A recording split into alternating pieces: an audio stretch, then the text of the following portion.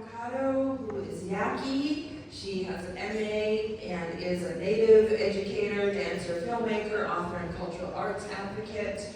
She's the CEO of the Cultural Conservancy, so our keynote speaker, Melissa Nelson, who's also involved with Cultural Conservancy, give a little bit of background to this wonderful, wonderful Native-led Indigenous rights organization. And so Sara is also a part of that. Her title for her presentation is Heron Shadow, a Biocultural Revitalization Native Land Project. And there's more information there on about what she does. So I would like to invite Sara. Leo Sanchano will try and start in a good way. It's wonderful to see you all. I'm very happy to be here. Again, my name is Sara, and I come up from many places. In a strange way, my family moved quite a bit in my life, so as part of who I am is this kind of awareness that I have been a guest dancing through many lands through most of my life. And that brings its own echo to your deep relationship with land engagement as an individual human being.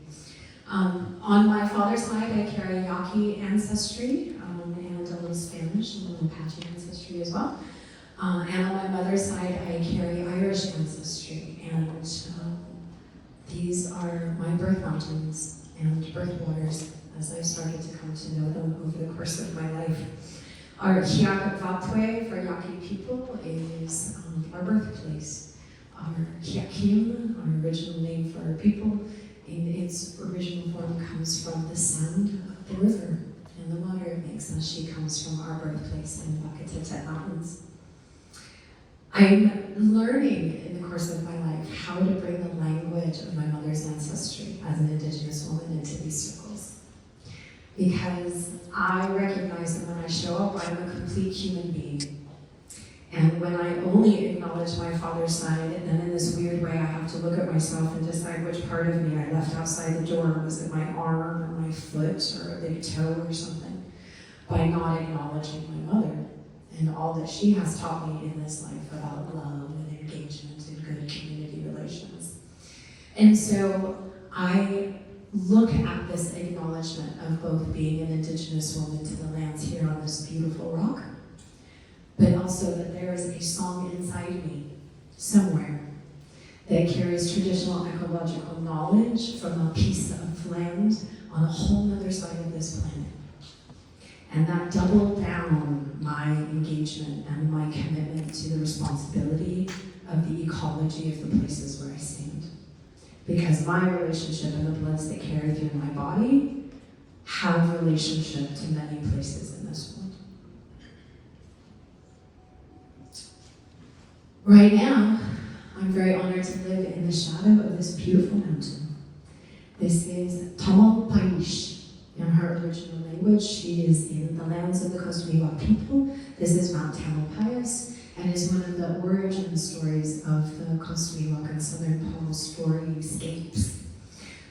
It's a deep honor to live in the shadow of this beautiful thing. Wow, she has a lot of beautiful songs.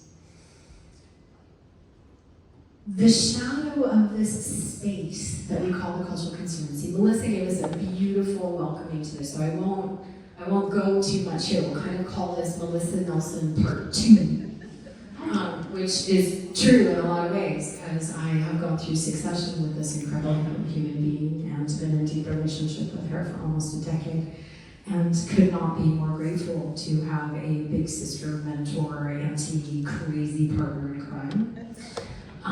Because I did not know prior to working in my cultural spaces. I was a corporate person. I come from a corporate background. And in my 20s, I didn't know that you could find work that meant that you could also be in service to your community. That was not a reality I could even fathom. And through the relationships of Melissa and the work of the Cultural Conservancy, I have come to a place where I'm like, pinch me. I didn't know you could do that. So this is the work of the Cultural Conservancy. That's like, you want to get up there in the corner, The Cultural Conservancy we run, as Melissa was alluding to, local, regional, and then national, and then international programs. And we work in service to Indigenous lands and Indigenous communities, and working to directly connect Indigenous ancestral people with ancestral lands, and then let that magic flourish.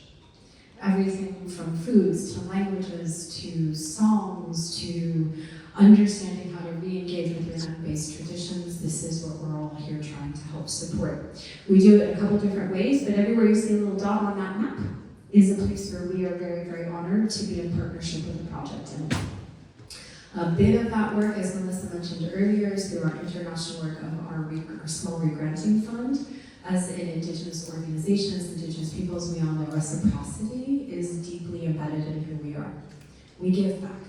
And so the Cultural Conservancies have them in a NIBI fund now. We are currently celebrating our 10th year of Indigenous regranting. Whoa, the computer yelled at me.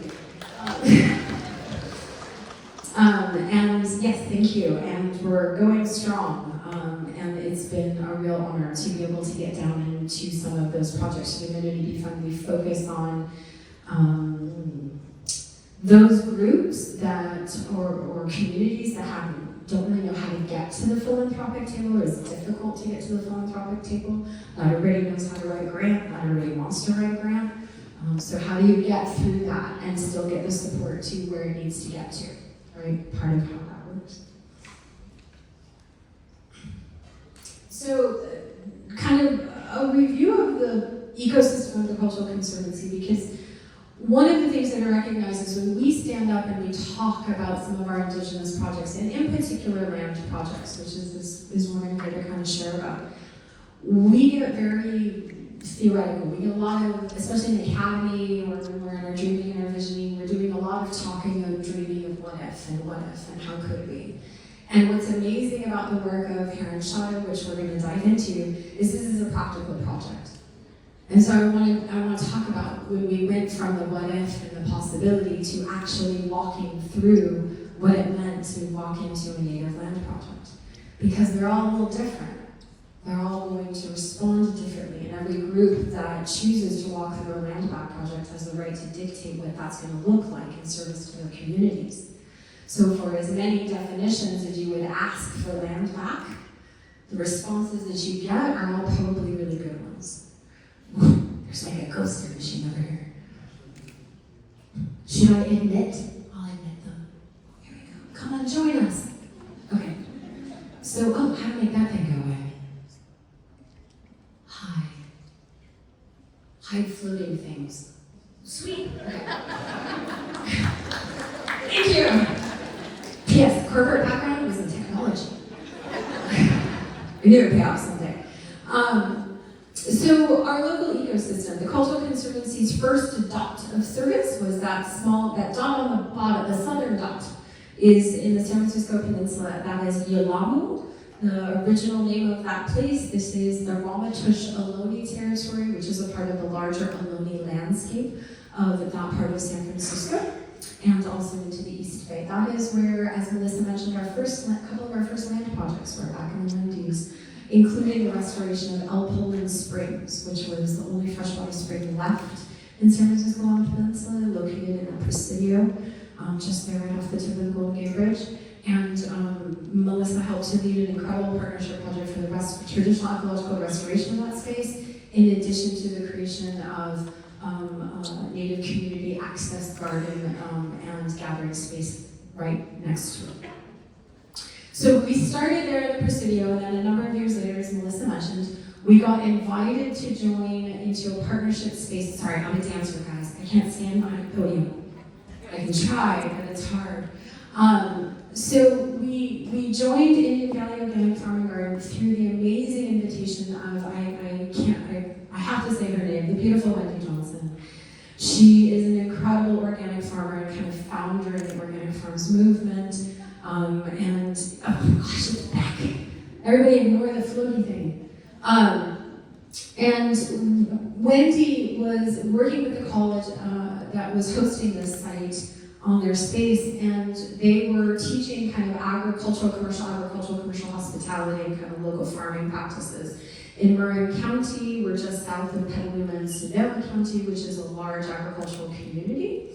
So they have local community education in support of that. Wendy was doing the curriculum there, and she said, hey guys, we're on native lands. This was in the 90s. And she said, if we're gonna do this, we should do this right. And she reached out to the amazing Joanne Campbell, our since beloved past elder from our community there, and they reached out to Melissa. They said, hey, would you help us tend this space? Becoming a partner in Indian Valley was really important. We'll talk about that a little bit later, because we didn't know that 10 years later we would be walking through a land project. So gifts of the universe. Heron Shadow is the third dot at the top, Indian Valley right there in the middle. And Heron Shadow takes us from the Indian Valley, kind of square in Coast Miwok territory, up into Heron Shadow. You're now in Coast Miwok and Southern Pomo territory. So as our boundaries and our communities interchange and exchange with one another, we have some representation of that. So there's some good folks of those original spaces, but you know, we're also an intertribal community in the San Francisco Bay Area, a pretty big one. I'm Yaqui. I have incredible team members that include Blackfeet, Quapaw, Shawnee, Muskogee Creek, Kiowa. We have an incredible team. And what we represent is that time in history around relocations, whether forced or by choice. We found ourselves in city centers and urban spaces. And the San Francisco-Oakland Bay Area was one of the top 3 places during relocations where Native people were relocated to. So what you have here in the San Francisco Bay Area is kind of unique understanding of all of the communities that came first here. In California, there's over 130 different tribes, right? The diversity of California when it started was incredible. The diversity of people, if you can kind of see in the back of that map, those are all different tribal groups that are working in that area. The diversity of the San Francisco Bay Area as it originally started was incredible. And now all of our intertribal family is here too. And this is the circle of service that TCC is trying to get to, right? We're urban, but we're rural. We're intertribal, but we have to always remember the first circle of service is the original people there. So you have this incredible kind of possibility, if you will, of how you can step into what that means to get to work with getting people access to land. Wrong button. There, okay. So here's Indian Valley, that beautiful space. We started growing 3 sisters-based agriculture. We've done both mound growing as well. Somebody was asking about, we were talking about mounds earlier. We've done both mound growing as well as row growing. We focus only on indigenous and heirloom crops and seeds. And anytime we're working to do anything, we invite everybody to come learn about it as much as possible. Okay? So we've got, this is a young inner city, intertribal kid who came out and they didn't understand what a squash was. Nobody had ever seen one. These guys are from the inner mission of San Francisco. Most of the time, some of these community members, the only meal they get is the school provided meal. And so we have a food justice program now through all of this work that allows us to take all of the foods that we grow and distribute it into community. So we donate everything we grow back out into community. He never had a squash before. We dared him to take a bite.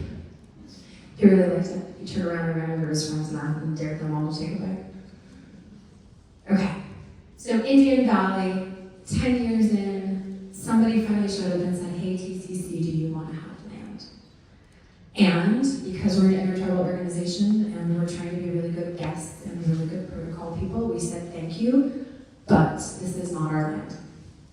This is land of the Federated Indians of Great Rancheria and the Coast Miwok and Southern Pomo people. Please let us help you connect here first, and let's help make that happen. Through the course of those conversations, it turned out that Creighton was having its own capacity issues at the moment and couldn't accept the land, and therefore asked us to consider doing so. Land gifts can be the kind of gift that can bring a small organization or tribal group to its knees.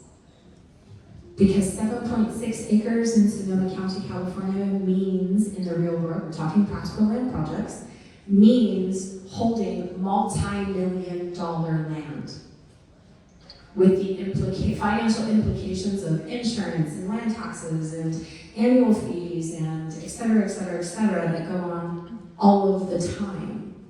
So when somebody's trying to give a gift of land, we need to look out to our communities of allies and say, yes, thank you for the gift of land, but land plus.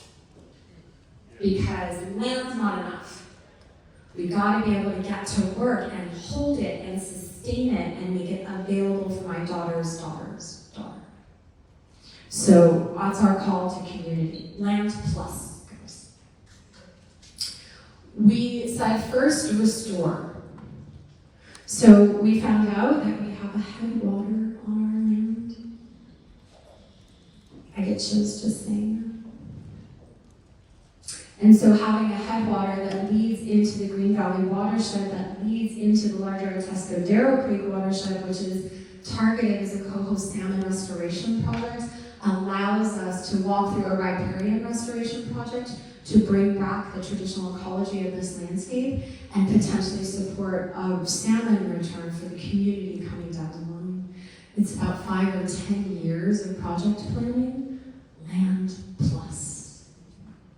These things cost money. We made a river. This is what happened this last winter. We finally got real water on the land. Never happened before. When we arrived at Heron Shadow, we stopped and listened for a year. We spent 4 seasons just watching. And we invited all of our community for listening to the land events and said, what do you see? What do you hear? What stories do you want to see rise? What kinds of plants can we plant? What kinds of foods can we grow? But first, restore. The land needs to be healed. She's been missing our hands. She's been missing our songs. So when we come back and reestablish these relationships, then we see what kind of capacity she has to give for the other pieces moving forward. We do fire tending, we do agricultural work, we do land restoration work, and we do seed saving. Here's a quick little list of some of our seeds. We are currently in our seed library holding over 200 different seed varieties of traditional American seeds. We are not a seed bank that is available for people to purchase from. We are trying to remove the economics from our seed and our food systems by saying we're growing food because people are hungry and we want to feed them. So we're trying to say, instead of, now that you have land and people expect for you to go grow food and sell it at farmers market, become economically sustainable. That's kind of the model everybody expected us to jump into. We said, no thank you. We'd like permission to indigenize ourselves and try and shift some of that economic conversation around food and say, let's find a different way to fund what has to happen here so that our foods can go out into community in a good way. When we got to work, we started again, corns, beans, and squash, and then as the beautiful Rowan White once said, there's 3 sisters, but then there's the 4th. And the 4th sister is whoever else is in season. We work to connect community and land through that work. We run native foodways, recipes, and gatherings on the land. We bring community in and say, hey, youth program, you guys want to learn about some sort of land engagement? And once we kind of got into the community and started working with partners, we had folks show up, like California Indian Museum and Cultural Center, who's just down the street, whose Native Youth Program wanted to run a decolonizing tobacco project. Because tobacco and the offsets of smoking and tobacco for young people in their particular community is a huge problem. And they thought if we can talk about how we historically, ancestrally related to this medicine, maybe we can shift that conversation for our young people.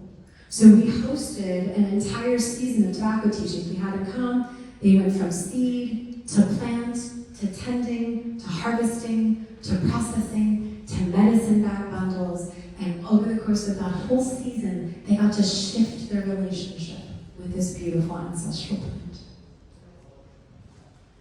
How many people have heard of Wapapa's Kitchen? Major snaps. Chef Crystal Wapapa is an incredible Bay Area community native chef, woman, extraordinary sister, and she opened the first native-run restaurant in Oakland. It's down in the Fruitvale, around the Fruitvale BART station. The food is incredible. We are so honored. You know that old 1990s movie, the baseball one? You know, if you built it, they will come. We built it, we're working on building it, we're still building it, and yet community shows up. We get little seed packets in the mail with requests to grow out. And we reach out into the community and we say, hey chef, again, how can we get creative about that economic situation? You're opening a brand new restaurant. Can we help? Yeah, let's grow you some squash. And hey, when we do traditional ecological restoration and we understand how the water flows, in California we can start to address some of those climate chaos conversations, maybe even around growing food. This harvest that you see on the right was dry farmed last year. We planted seed after watching that water flow and understanding the back field, and we watered it 3 times. And that's what we got. So, hey, California traditional commercial agricultural system, yes, we can. Food scarcity is a myth. There's plenty of food. We just have to understand how to get back into relationship and get it into the right place, into the right hands. And Crystal uses our beautiful buffalo and Georgia candy roaster squashes in her amazing restaurant, and she saves the seeds, and now every year her and her team come back and they plant their squash and they go through the entire relationship for her restaurant. And now we've extended it for her own team, not just cooking foods, but taking that relationship all the way to planting the seeds themselves. So now these guys in this restaurant are cooking foods they've been growing with their own hands and hearts. And we're bringing traditional edibles into it. That's Indian lettuce that we just voluntarily grew in our beautiful field. We did the burn, and the invasive grasses went away, and Indian lettuce rose. Crystal came out, harvested for a day, and a week later I got a text message. Indian lettuce showed up on the front cover of Edible East Bay magazine. That's pretty cool, guys. Okay, I'm pretty much done, but here's some wonderful pictures I just want you guys to see. This is our community in action. We do lots with elders and young people. One of our core competencies or one of our core commitments is intergenerational knowledge exchange. Because when you can feed people and bring them back to the land and camp in the orchard and have teachings in the circle and learn how to process the foods, you can do really wonderful things. And we're really grateful for the gift of land. The gift of land for the Cultural Conservancy has meant last year we contributed 10,000 pounds of food to our community. We contributed hundreds of plant starts for people to go home and do their own planting and their own tending. And we are trying to help with those recipes and the connection of that information through things like our native seed pod. Go listen, shameless plug. Go listen to the native seed pod. It's really good. Okay, that's Heron Shadow. Thank you.